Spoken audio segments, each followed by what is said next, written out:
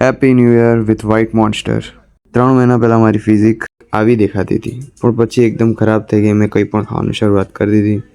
તો હવે વિચાર્યું ફરીથી ટ્રાન્સફોર્મ કરવાનું, પણ એકલું બોડી બિલ્ડિંગ તરફ નહીં, કંઈક નવું. એ આગળ સમજાવીશ. જીમ પહોંચી ગયા આપણે મોન્સ્ટર પીને. પછી કર્યું વોર્મઅપ, થોડી ઘણા હાથ હલાવી લીધા અને થોડું ખાસું બધું પુલઅપ્સ વોટેવર. પછી લેટ પુલ ડાઉનનો સીધો વોર્મઅપ સેટ લીધો અને ટોપ સેટ કર્યા. આના તો આજે 4 set, 6 to 8 reps, still failure. It felt quite great. પછી સીધા ગયા વ્હાઇટ રિપ બાર્બલ રોઝ, જેનો 15 kgથી વોર્મઅપ સેટ. પછી વધાર્યો વેટ 20 કિલો, એના ઉપર ઇનફ હતો.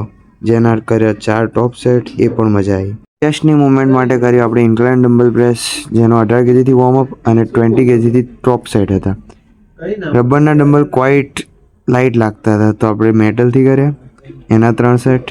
અને પછી ગયા સીધા એસેસરીઝમાં, બાઇસેપ્સની હેમર કર્લ્સ, ઇઝેડ બાર કર્લ્સ, ડિપ્સ ચેસ્ટ માટે અને ફેસ પુલ્સ. એસેસરી કરી. પછી બોડીની કન્ડિશન જોવાની ઈચ્છા હતી, પણ ઇન્સેક્યોર હતો, તો બી ટી શર્ટ કાઢી દીધી. આટલી હતી ફિઝિક ખરાબ. ફૂલ ડોમિનન્ટ અપર બોડી હતું, એટલે આજના માટે આટલું જ.